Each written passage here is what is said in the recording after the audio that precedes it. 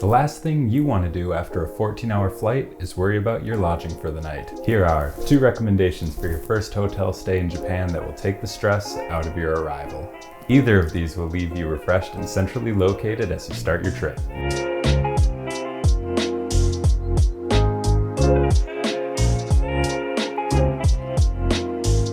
My recommendations for your first night only apply to those of you landing at Tokyo's Haneda Airport.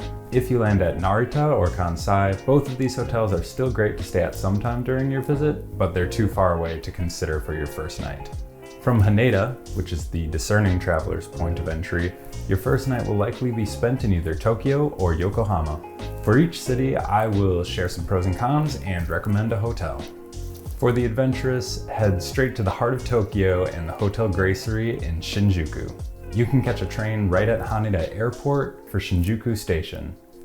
From there, relish in the culture shock on your 500-meter walk to the hotel as you go past bars, karaoke joints, and weave through the crowds. Most places are simple to navigate to in Japan just by using Google Maps. The Hotel Gracery makes it even easier to find. Just look up. Not only is the striking blue and black tower taller than most of the surrounding buildings, they also stuck a giant Godzilla on top to make it truly unmistakable.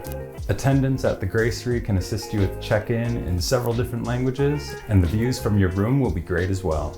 After checking in, use your remaining energy to grab some snacks from the 7-Eleven on the ground floor, and then take a quick lap of the neighborhood. Shinjuku is a major entertainment and transportation hub in Tokyo.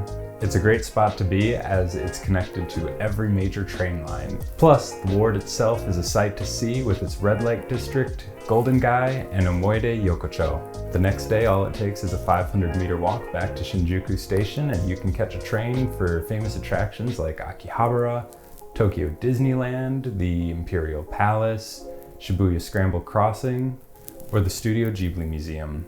All of these destinations are less than an hour's train ride from Shinjuku Station.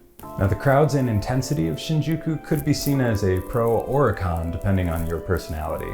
But here's a definite con on making this your first destination on your first trip to Japan. To get to the hotel from Haneda using public transportation, you will have to transfer trains at least once on your route. This meant when I arrived in Japan for the first time, my wife and I had to transfer trains at Shinagawa Station during rush hour. Now, in retrospect, everything went fine after some deep breaths and some help from a station attendant. But the potential to be overwhelmed by the crowds, the possibility of transferring to the wrong train, or getting separated from your people is real. Using the trains in Japan by the end of your trip will feel like a breeze. Just keep in mind that the first time or two at the station will be a bit challenging. That said, on an already long, stressful flight day, I like to keep things simple. And that's a huge pro with my second recommendation. The Intercontinental Grand in Yokohama is basically a step up in comfort in every way over the Gracery. The rooms and beds are generally larger and the views are even better. You get to choose between harbor or city views and can even pay a premium for a higher floor. Here's the view from our room on the plebeian low floor price tier, and I'd say it's still pretty fantastic. Navigating to this hotel from Haneda is also quicker and easier. If you want to avoid a train transfer, you can hop on the airport train, ride for about half an hour to Yokohama Station, get off there and walk 2 kilometers and you're at the hotel.